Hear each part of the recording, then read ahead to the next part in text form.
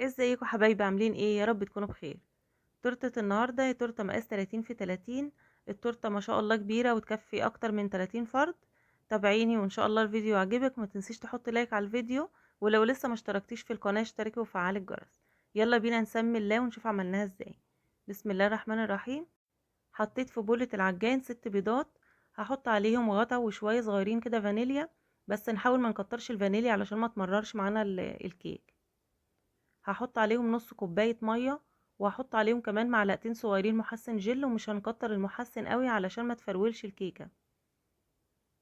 الدقيق بتاع دريم اللي هو ستارز، اللي هي الشكارة الحمراء، هي دي اللي موجودة في الأسواق حاليا يعني.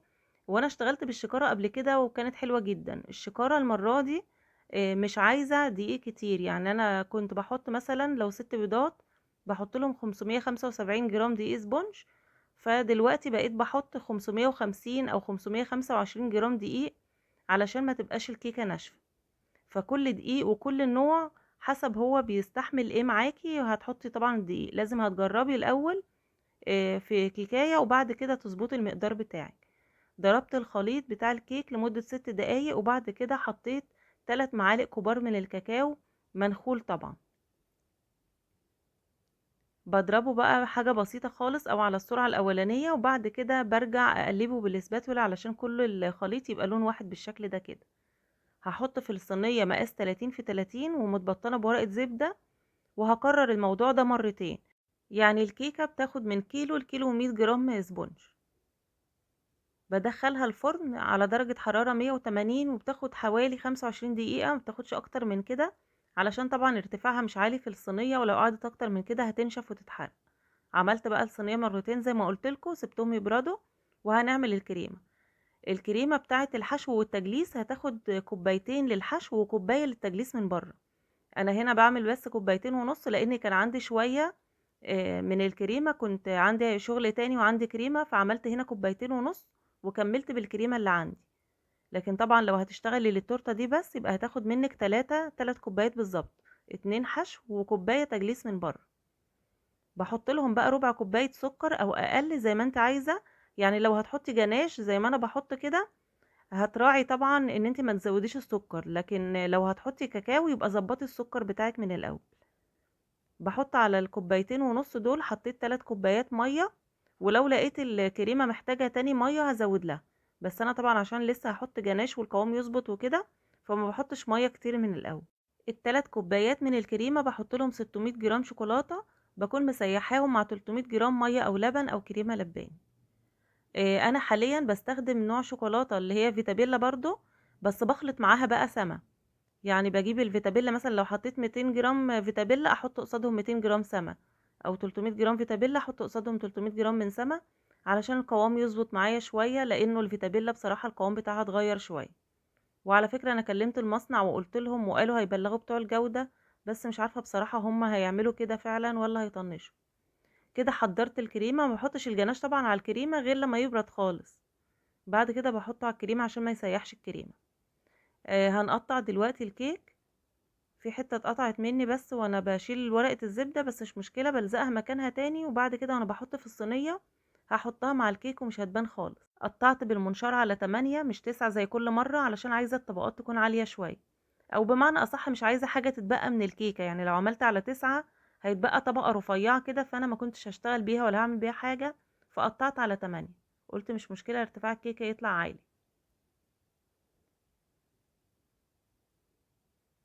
دي الصينية التانية برضو قطعتها نفس النظام. وبعد كده هبدأ اتعامل معاه بقى. انا مش عارفة بس اشيلها كده مرة واحدة علشان الكيك هش جدا، كانت هتتكسر مني، فجبت السكرابر الكبير بس يسند معايا. حطيت في نفس الصينية اللي انا سويت فيها الكيك الكيس طبعا او مفرش سفرة، اي حاجة اللي هي المفارش اللي استعمال مرة واحدة ده، بتحطيها كده بتسهل عليكي طبعا الحشو والتجليس بعد كده. وهحط الطبقات بتاعتي واحشي بطبقة الموس، طعمها تحفة جدا طبعا بالشوكولاتة. عايزة اقول لكم ان الشوكولاتة سما برضو طعمها تحفة، بس القوام بتاعها لوحده بيكون خفيف شوية، فعشان كده انا بخلطها مع الفيتابيلا عشان اخد الطعم والقوام بقى مظبوط. حشيت الطبقات كلها بنفس الطريقة، موس شوكولاتة في طبقة ومعاها نوتيلا ومكسرات، وفي الطبقة التانية بحط موس شوكولاتة ومعاها مربى حليب ومكسرات. لحد ما بخلص الطبقات كلها. عشان كده اللي ياخد قطعة من التورتة تبقى كلها فيها صوصات، ويبقى فيها مكسرات، ويكون طعمها حلو. وطبعا بسقي كل الطبقات بتاعة الكيك علشان ما تنشفش معانا. كده خلاص هغطي بقى الكيكة كويس، وبعد كده هدخلها التلاجة تقعد ساعتين او 3، وبعد كده هبدأ اجلس فيها. طبعا احنا في الشتاء يعني ممكن حتى من اول نص ساعة كده تلاقيها اتمسكت وتمام، تبدأي تشتغلي فيها لو انت عايزة. زي ما قلتلكوا الكيك خد كوبايتين من الكريمة جوه، وبياخد كوباية من بره للتجليس بالشكل ده كده. فالكريمة كلها بضربها مرة واحدة، وبعد كده بشيل الباقي بتاع التجليس لحد ما بطلع التورتة من التلاجة وببدأ اجلس فيها. يعني مش برجع اضرب لها تاني للتجليس. لكن طبعا بقلب الكريمة كويس جدا علشان تكون سهلة معايا بس وانا بجلس كده.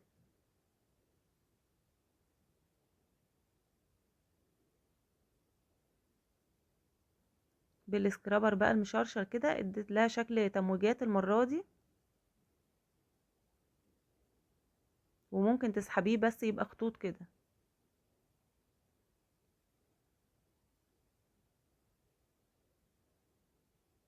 كده تمام. هننضف بقى البورد كويس جدا علشان بس مفيش حاجة تثبت عليها كده، لانه الكريمة دي لو نشفت عليها هتبقى صعبة انك تنضفيها. بعد كده قسمتها علشان انزل الصوصات عليها. هو طلب العميلة كانت نص شوكولاتة ونص كراميل، فانا حبيت ان انا ما اعملهمش يعني النص كده في جنب ونص في جنب. حبيت ان انا اعمل كل ربع كده قصاد التاني. حسيتها ان هي تبقى اشيك يعني. الربع ده حطيت فيه نوتيلا، طبعا مسيحاها بمعلقة زيت علشان ما ترجعش تجمد بعد كده في التلاجة وتكون صعبة في التقطيع. وبساوي طبعا الوش كده بمعلقة او بالسباتولا او باي حاجة في ايدك يعني.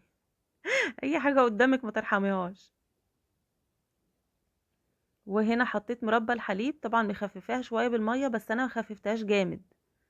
يعني انا اوقات بخففها جامد عن كده، فانا كنت حابة اللون بس يبقى غامق شوية، مش عايزاه يفتحها قوي، فما خففتهاش قوي. وحطيت في الربع اللي هو الاخير ده الجناش. يعني انا حطيت الاتنين المربى الحليب قصاد بعض، وحطيت الجناش قصاد النوتيلا.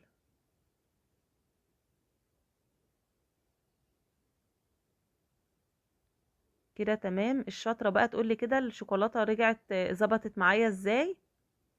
لو انتم متابعيني كويس قولولي كده في التعليقات الشوكولاتة رجعت ظبطت معايا ازاي. حطيت على الربع كده اللي هو بتاع المربى الحليب خطوط من النوتيلا البيضة، وعليها معلقة زيت، علشان برضو لو ما حطيتش عليها معلقة زيت حتى لو انا بعمل خطوط بس بترجع كده تقفش. هي عاملة زي الشوكولاتة بالظبط، فبترجع تقفش كده في التلاجة، هتكون برضو صعبة في التقطيع. فنحط لها معلقة الزيت. وحددت كده الاربع تربع، حددتهم كده بروزيتات بالشكل ده كده. ده الجناش برضو اللي انا عملت منه جلست بيه، بس زودت عليه لون بني. حطيت عين جمل مع الجزء اللي هو بمربى الحليب، بحس ان هي بتليق جدا معاه وبيكون شكلها حلو. او لو بندق طبعا عندك بيكون حلو برضو. خليتها مكانها. يعني جيت انقلها من مكانها لقيتها لزقت، خلاص يا حبيبتي خليكي مكانك ولا تزعلي نفسك. وحطيت على الجزء بتاع النوتيلا الشوكولاته رولانا حلوه جدا. بيقولوا ان في منها شوكولاته كاكاو زي اللي هي بديل الرافاييلو كده، بس انا بصراحه مش فاكره اسمها ايه ولا بتتباع فين علشان اجيب منها. حطيت على الجزء بتاع الجناش شوكولاته انا عاملاها على ايدي، ان شاء الله هبقى اعملها معاكم في فيديو قريب. ودهنت دهبي كده علشان تكون شيك. وبعد كده حطيت الفراشه دي في النص، حسيت ان هي برضو هتدي شكل حلو. قولولي رأيكم في التورته عجبتكم ولا لا. لو عجبتكم ما تنسوش تعملوا لايك وشير وسبسكرايب وتفعلوا الجرس عشان يوصلكوا كل جديد. اشوفكم على خير.